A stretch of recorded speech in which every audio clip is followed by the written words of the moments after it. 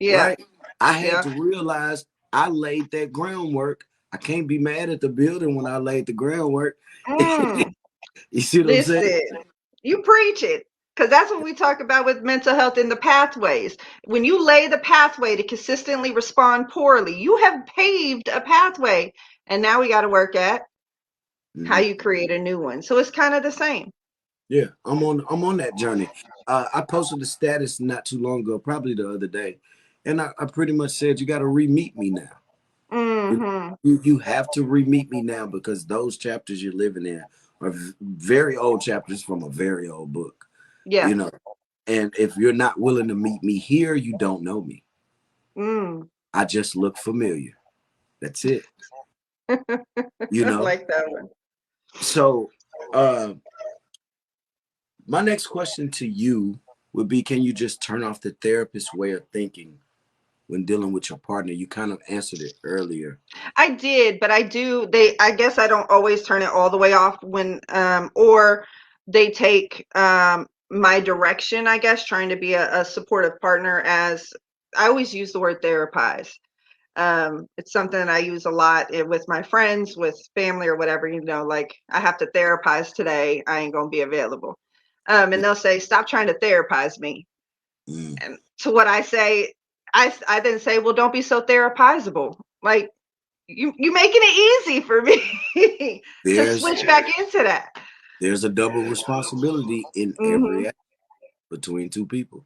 Yeah. You know, I do want to say though, uh, as a therapist, when picking guys, are you the ultimate analyzer? Like, I see that habit. I know that comes from the book. They told me about this behavior, behavioral things. Mm, yes. Jeez. But let me say no, because I'm No, no, determining. no. No, wait. The reason I said Jesus is because I met a therapist, and I was just wondering if she did that to me. She probably did. Okay. So we're looking at the behavior, right? Because we're gonna go, okay, I'm gonna bank that. I'm gonna see if this behavior is a pattern. I'm gonna see how it plays out. And then I'm gonna think later, is this something that I can run with? Because yes, everybody's flawed. You just have to be okay with the flaws that present and be like, cool, I can deal with that. I can run with that. That's not a absolute no. So she's probably banking some of your patterns or your behaviors to see if they're a pattern, if that's something that she aligns with or something that she can put up with. It's funny because I left her alone. She was married and lied about Ah, I didn't it. say we were great. Hello, Look, her pattern was therapist. shit. Her pattern was horrible. So check this out. When speaking in terms of patterns, how hard is it for you to talk about your flaws when you're speaking from an angle of being a therapist to somebody that's never been in that line of work or Mm. understand it fully? How do You know what you though? take that conversation? Usually that conversation starts off with, well, you're a therapist, you should know. Mm, you ain't never been one. How you gonna tell me how to be myself? We're human beings first. Mhm. Yes, being a therapist is my purpose, it's my drive. It helps, like I breathe for it, right? But I'm a woman and a human being and a mother first. So I I don't like the expectation that comes from people who don't understand what goes behind what we have to do. We're not just sitting in there listening. My mind is running a million times a minute as somebody talks because I'm paying attention to your body language. I'm paying attention to your eye contact. I'm paying attention to what you say. I'm not interrupting, even though I think you're going on a whole wrong path because you got to walk that path because I Mhm. can't walk it for you. A million things are going on and we're not just sitting there. We're not just sharing an opinion. There's some standards behind that. So I hate when people, especially when they say, well, you're a therapist, shouldn't you know better? Or you're a therapist, shouldn't you do better? Man, Well, that is still my career. your status You is know always that. going to hold you to a higher standard. Which I'm cool with a standard. However, comma, I told you I reset to factory settings when I walked in that house. So if you're expecting professional me, you're probably not likely to get it if you're coming at me sideways. I will still, hold my tongue on a lot of things. I will still show grace because I think about the person as a human. Like I said, when I didn't want to deal with murderers or rapists, and when I was faced with it, I had to look at, they are fucking human beings. They are human beings first. These are someone's sons first. Before their behavior is the human that sits in front of you. All right. I'm gonna ask you something very controversial. Oh shoot. And Where's it my just came wine? to my mind, not rehearsed.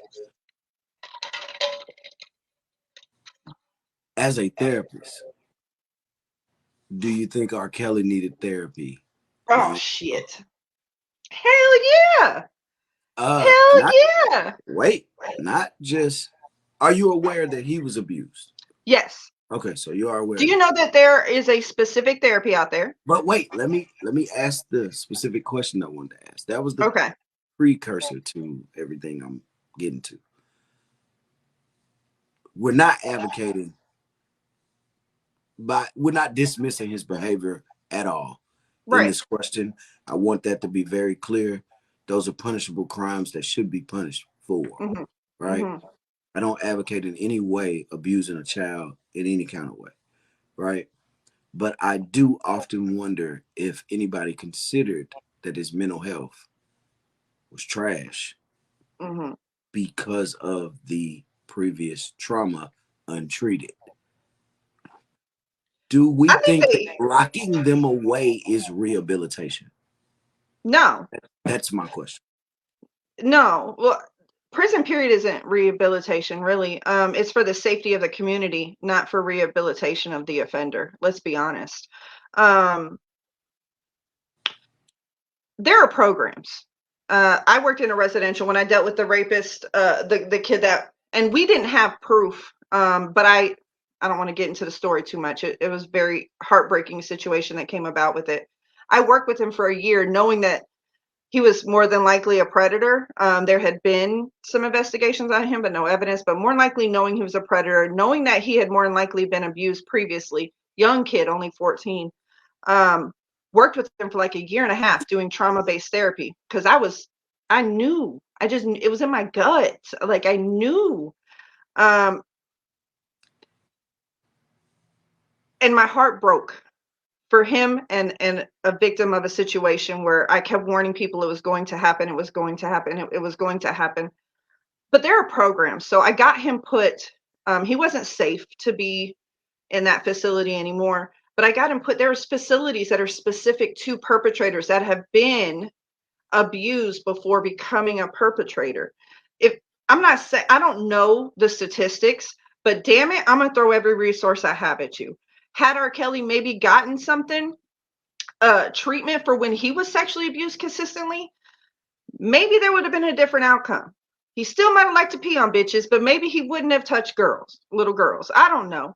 Right, But right, right. there there was a, it was messed up. Like his home life was messed up and nobody cared. So they I, might have heard it, but they that's didn't why I care. was. That's why I was speaking to it because we hear more about the egregious crimes Mhm. rather than them actually expounding on what transpired prior to. Mhm. Right? Mhm. Uh, they went all into detail about this Jeffrey Dahmer documentary. Yeah. It's Yeah. almost like they put him on a pedestal to say Mhm. he's a hero. People doing his dance on TikTok and all of Yep. those things, right? But then I look at this case and many other cases, and I'm like, I can't use race for everything. Okay. I hate to do that. I don't want to make it racy with everything. I want to look at the facts of it, and the Mhm. facts of it is literally nobody cared about his trauma, which caused the last shout. Yeah, out of the, like, I think it was on the Surviving R. Kelly series, it might have been on that one. They maybe gave that about 6 minutes. That's what I'm saying. But you got seasons, didn't it? Didn't it Yeah. go? It had like at least 3 or 4 I never finished episodes. watching it. I I never finished watching it. One, because I knew it was a media stunt. Yeah. I knew that swaying the public opinion was a part of the conviction coming. They didn't Yeah. get you the first time, we got to get you the second time. So Yeah. Yeah. Yeah. since I understood the media, I didn't watch the documentary, right? Mhm. And I also didn't want to watch people that will lie for a check, because the network is going to pay you. And Yep. we need paid actors, right? Not even saying they weren't victimized. I just know people will take a check and say anything. I want to see the actual court date. You know what I'm saying? I want to Yeah. read those transcripts that are public, that's public record, and see how it went, right? Right. Above watching a documentary on Netflix that they can sway in any way that they want. Mhm. But I wanted to ask you that question because I don't think nobody even took time to say what is happening to these people that commit these egregious. Nobody cares what happened to them. They just care what happened in response to, Mhm. right? Mhm. So I want to speak to that, because if you're going through something out there, if you're going through something out there, if something happened to you, if something has happened to you, listen, go get help. Go get help, because you're not above healing. You're not beyond the point to start healing if you're Mhm. still alive. If you woke up this morning, you still have a chance, right? So I want to ask you this, Miss Tanya. What do you think the hardest part about getting professional help for the patients is currently? There's a couple. So working with the military community, it's the don't be kind of like the don't be a sick call ranger or you're a bitch for having to go. The bravado. It's still there. They like to act like it's not. It is. Oh, I remember Uh, that. mhm. 80% of my patients say it. That it's, I wish I'd have come sooner, but like they pretty much said, like, if you go to behavioral health, you're a bitch. Um, it's the fact that you're going to have to accept that you're not okay. Um, and I tell people all the time, it's okay to not be okay. Like that means you're human. That means you have feelings. That means um, that you're hurting. If you're hurting physically, right, you're gonna go to a doctor to get help, or you're at least at home gonna get a Band-Aid, maybe some antiseptic or some ointment and put it on, put the bait. You're going to take care of it. You're not going to just leave an open, gaping wound. Yet we have human beings out here emotionally. Their heart is an open, gaping wound, and they're just walking around hoping that nobody sees it. That's sad. That is sad. So Definitely. I think a lot of it has to do with they don't want to admit it. There's shame, there's guilt. I think it was Brittany had said that to say, I felt embarrassed. I myself, before ever being a therapist, went to therapy. It was the hardest time in my life. And that meant that I had to admit that I had gotten to a place that I was no longer in control. Mm. That was hard to walk through those doors and say that. So, oh, wait, I saw Kimmy's comment. I know we ain't supposed to read the comments. Nah, don't read the comments. I'm gonna I get know. to it right now. So Miss Kimmy, she said the hardest thing I find now with getting help is availability. There's a long wait list to that. You say what, Mrs. Tanya? That's facts. As a therapist, to me, and I have conversations with my management consistently, it is heartbreaking for me to know that my patients need me more than once every 3 weeks, but that's all the availability I have because we are inundated with people needing help. Here's the thing though. So COVID, horrible experience, brought an amazing thing to light: telehealth. If you're like, but I got to be in person, I agree with you. I prefer, even when my bosses offered me telehealth during certain things, I said, no, I want to see my people face to face. Fuck that. Like, I need that. I need them in the same room. I need that energy. I need that. But if there's nothing else you can get, go to telehealth. It is readily available, readily available. And they So take a lot of the telehealth. insurances that regular ones don't. So telehealth, is that just a quick Google or what? Yeah, you could just Google different telehealth ones. I think BetterHelp is one. Doctors in Borders is another. We're actually getting a lot of resources because right now Fort Campbell is about to change their whole medical record system, and so we're not going to be able to see patients the way that we do right now for the next couple months, and we're supposed to refer off post. So when I get that list, Jermaine, I could share that with you too, as to who we're going to be referring to for telehealth. Please But if do you for can't get the anything ones. else, get that. Please Yeah. do for the ones that reach out to me. I would like to. I Yes. always say, in this world, yeah, we all like money, but rich in resources, it really does bring way more joy to your life. Being rich in Absolutely. resources. Yeah. So Miss Brittany, she says yes. I sat in the parking lot the first day I went for help and couldn't walk in. I came back the next day and forced myself. Listen, that's where you triumphed. Yeah. That's where you won. There's a lot of people that don't walk through that door. And there are times in my life that I probably should have walked through the door. And I battle with that myself. So even as a therapist, I can understand the struggle to walk through that door. But as Jermaine said, like the outcome weighs, it's so much greater. Just take that first step. Just get in that first session. Another thing, because I don't know if we have it on here, is make sure you find the right one. Make sure you find the fit. If the first therapist you see, you're like, oh, that didn't help at all, or that person was boring or didn't seem like they cared at all, get another one. Find your fit. We all work differently. I know I might not be everybody's cup of tea. I'm just most people's cup of tea because I'm gonna tell you how it is. But find the right one. Absolutely. So it wasn't that I wasn't getting along with them. They just didn't feel It doesn't right for me. fit. And Right. it's not to say anything bad about therapists. There are some shitty ones, let's be honest, but we all have a different modality, right? We all have different personalities. My patients will tell you, like, they call me drill sergeant or mama sometimes, and I tell them, you can't call me mama unless I claim you on my taxes, okay? But it's this nurturing persona that goes into their therapy that works well for a lot of these young soldiers. And so that's why it does do a good fit for them.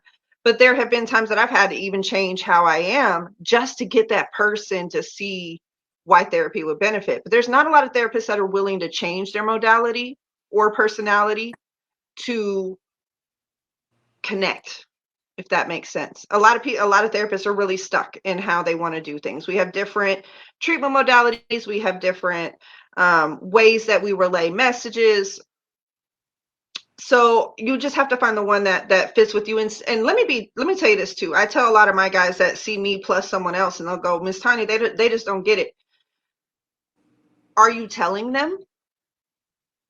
Are you communicating that you don't feel like they're hearing what you're saying, or like, hey, I don't know if you're understanding what I'm meaning. Are you communicating that?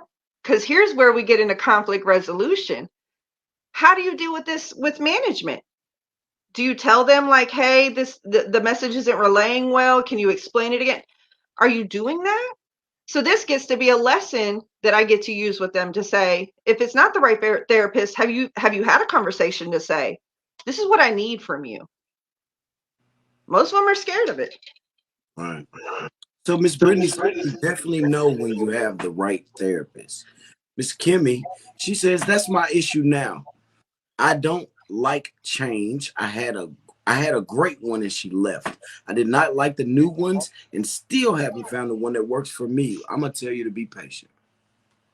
Be patient and don't give up because I'm telling you they're rare for your fit, but they're not. It's one for you. That's what I want to Mhm. say. It's Well, and one that I have friends that are in, other states, other cities, people that, I don't have any connections to say, hey, I think this would be a good one for you. And they always say, well, Tiny, what do I do? Go read their bios. A lot of these outpatient and private practice therapists will have a bio. It tells you what they're proficient in. A lot of times it'll tell you what their history is. If you want to see like, oh, I need to work on trauma. Okay, go read their bio. Are they trauma, are they trauma certified in anything?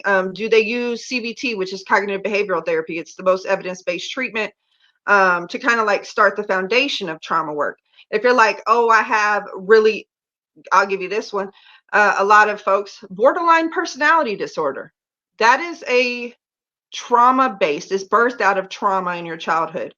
Borderline personality disorder, best practice, evidence-based, is dialectical behavior therapy. So if you have somebody that you could go, hey, this is what I'm working with, this is what I need, and go, okay, well, if you have borderline personality disorder, you need to go find a therapist that does DBT. Research it. Find out what you have going on. See what works best. If you don't know the answer, hell, reach out to Jermaine. He'll reach out to me. I'll tell him which therapy model is best for that diagnosis or that struggle. But read their bios. I haven't had to do one because I've always been within a company, but those private practice ones and those outpatient behavioral health ones, they always have bios. So read those. Yeah. People, let's be honest with ourselves. We will see a video and find somebody profile on Twitter, Instagram, and TikTok and Facebook if we want to know who was fighting in that video. We'll find it in about 3 to 4 minutes. Let's be honest. The best detectors in the world are online, sitting back, kicking, smoking your weed, drinking your liquor, or drinking a beer and just cooling out. So if you can do that type of work in 3 to 4 minutes, your mental health is more valuable. Do the research, do yourself the favor and read the bio of these people and understand what you think your condition is in the beginning. Yeah. And look for that particular scope. You don't want to go to a mechanic that only fixes tires. Right. And be like, I have a transmission issue. Got a transmission issue. You're going to say every therapist suck. In that case, you didn't do your research. They're going to misdiagnose you, or they're not going to care much. Right. Because they're not trained in that particular area. Majority of the time, they just have a broad scope of a lot of things, but they have one thing that they specialize in. Yeah. So I don't want to put an eye doctor on my feet. Well, hey, my friend, well, I call her Ava Chanel Allen. She put a good resource down there. Psychology Today. A lot of therapists will, advertise themselves there. That's where they want to get some of their patients from too. So Psychology Today is a great resource for any area in the country. So that there's a step there, and that might help with some of those telehealth folks because people are advertising there, especially during COVID. So Kimmy, I know you talked about BPD and not knowing a specific therapy. DBT is your therapy. Listen, as you were saying, I'm not going to do it, I promise. Look what we have. Look what we have. There we go. Psychology Today will allow you to read their bio of all the therapists in the area. Miss Chanel Allen says, thank you for that information, Miss Allen. Miss Kimmy also says, when a new one comes in, they instantly want to change my meds because they don't like the meds that I'm on and not even thinking that they are what works for me. So they don't even ask your permission or what you think about it. They just re-prescribe you, Miss Tanya, to that. You say what? Well, and this is not to trap you. It sounds like a trick question. It's to trap you. Talk about your I wanted to say, therapists. Yeah, no, it's not. Most of the time that's coming from a psychiatrist, right?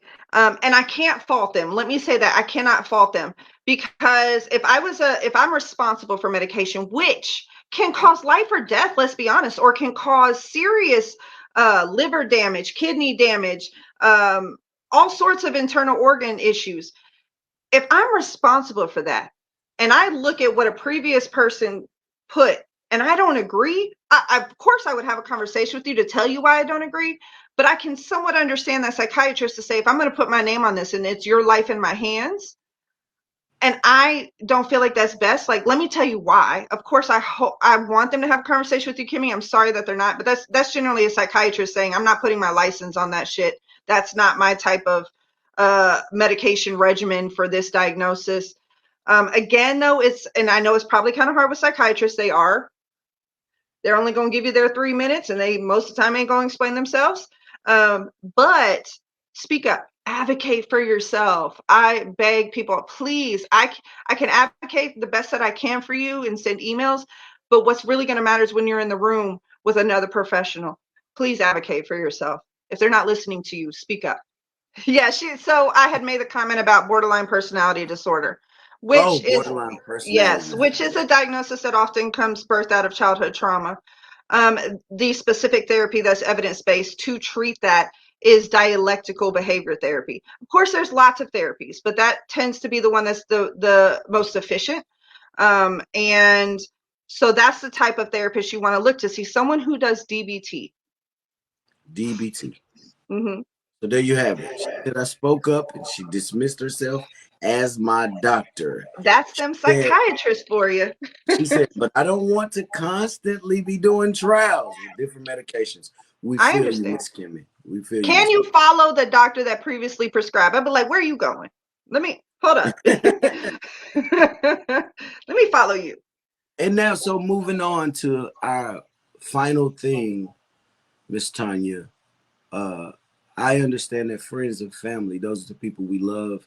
Those are the people we hold near and dear to our hearts. I understand that they are capable of weaponizing your pain. Is this common behavior that you've seen? Oh, too much. And I think we spoke on this earlier. It is unfortunate. And so when we talked about like at least a check mark in the therapist slot is right, we're strangers.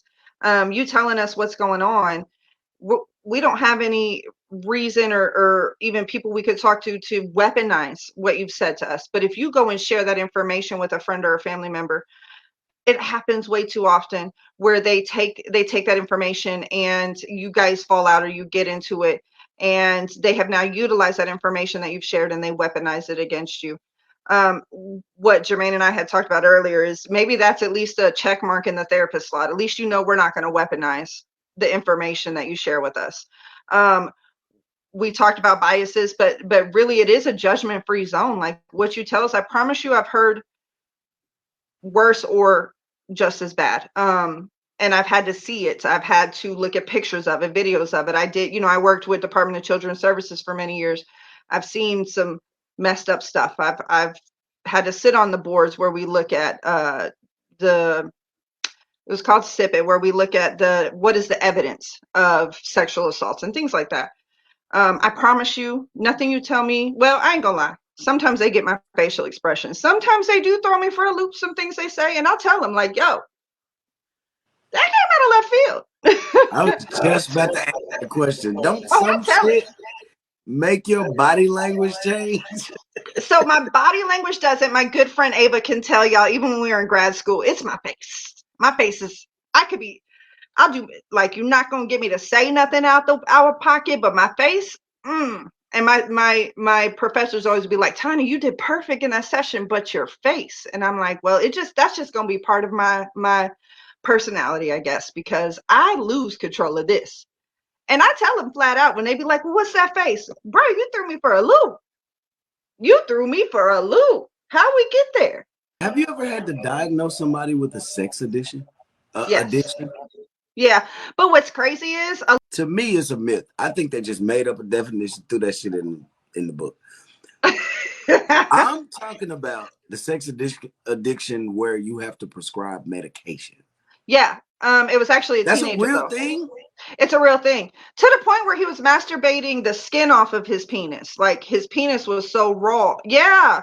It's a thing, my friend. It is a thing. So But that's not a myth. mm-mm. I will say a lot of guys that are, saying, hey, I think I have a sex addiction. I go, well, hey, let's talk about it. And, they're a little, because I think they could just say they watch porn all the time and I'm going to give them this diagnosis, which gives them an excuse for their bad behavior. Nay, nay. Like liking to watch porn all the time or jacking off every day does not mean you have a sex addiction. No.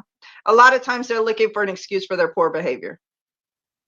I Do have you know diagnosed I it once though. do you know I just used to believe so the people I've met, they was full of shit. But possibly. you're telling me in your line of work, you have had to prescribe people medication for sex addiction. I don't prescribe because I'm not a psychiatrist. No, So I'm saying refer them to. yes, yes, and in my line of work, I can recommend certain medications, but I don't write the prescriptions. Nope, I'm All putting that right, on a whole not ass doctor. not that part. But yeah, but no, I had to do a whole treatment plan around it. A whole treatment plan around this boy and his ping ping because he was rubbing it raw. You hear me? Like if that thing could have fell off, it probably would have. Here's the reason I brought it up. Was that a result of sexual trauma? Him? No. It's just he was born a kid and became a sexual Fixated. fixated on it, just locked in on. So it could have been easily misdiagnosed as OCD, as obsessive compulsive, right? But he didn't have all the criteria to meet OCD, and we had to really look at what his underlying reason for it was, and what I had to listen to a lot of nasty shit. Okay. I understand. But no. Although I have had some, that had sex with animals and things, and you go like, something's got to be wrong with you. Bestiality? Yeah.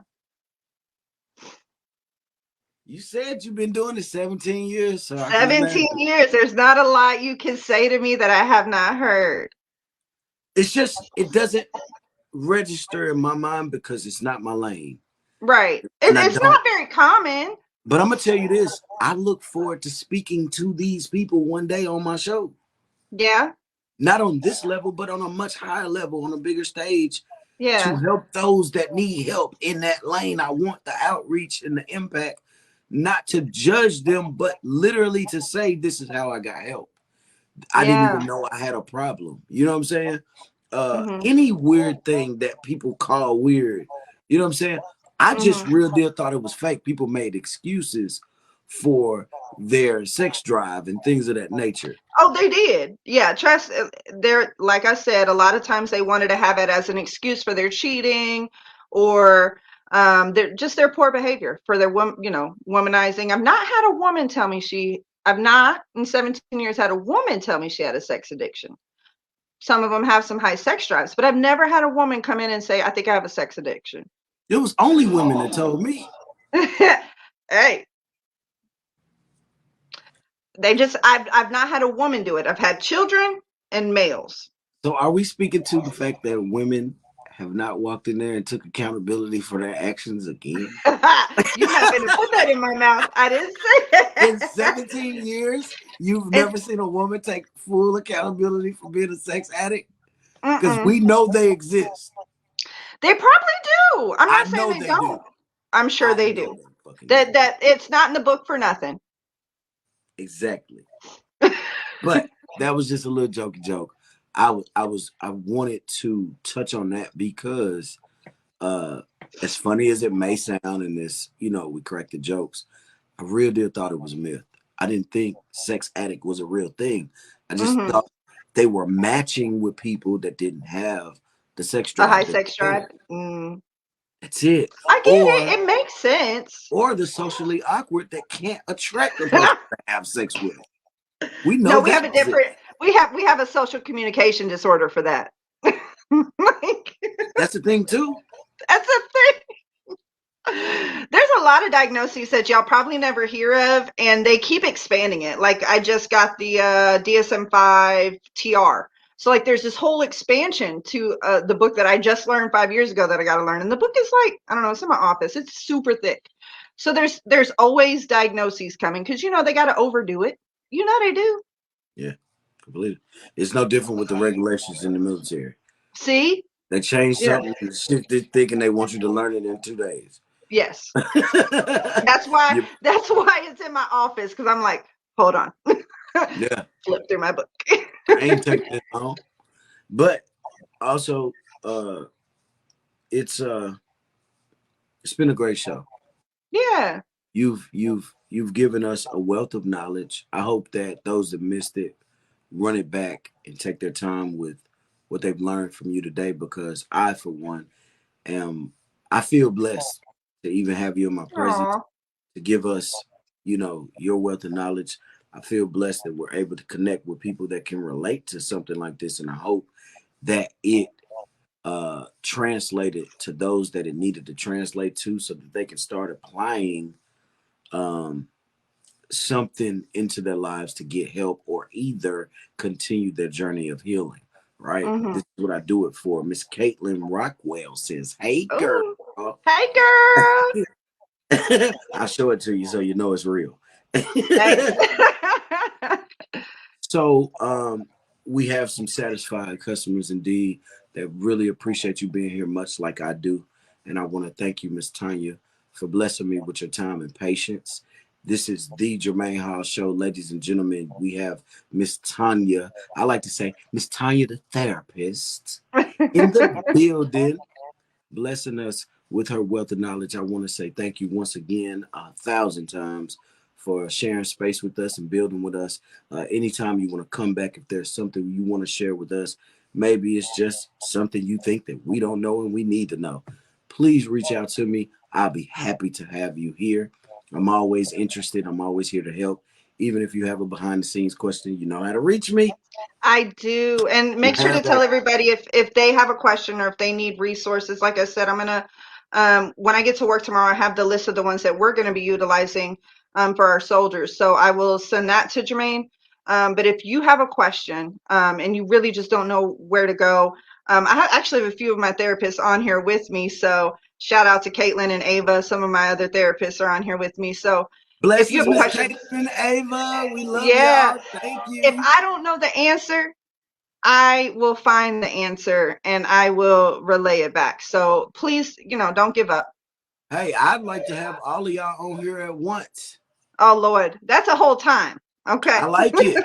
I like it. I That's, love it already. So, Miss Caitlin, yeah, Miss Ava, come join us for a good time at some point when it all makes sense. I understand you have schedules and things to attend to in your own personal lives. So when it makes sense, Miss Tanya, please put it together. I would love to have you because I believe that the biggest thing in our community is mental health first, and then we yeah. move along with all the other things. So thank you for being here once again. Y'all could have been anywhere in the world, but y'all chose to be right here with me and Miss Tanya, and we thank y'all. Y'all be blessed. Miss Tanya, you have a wonderful rest of your evening. Thank you. Thank y'all.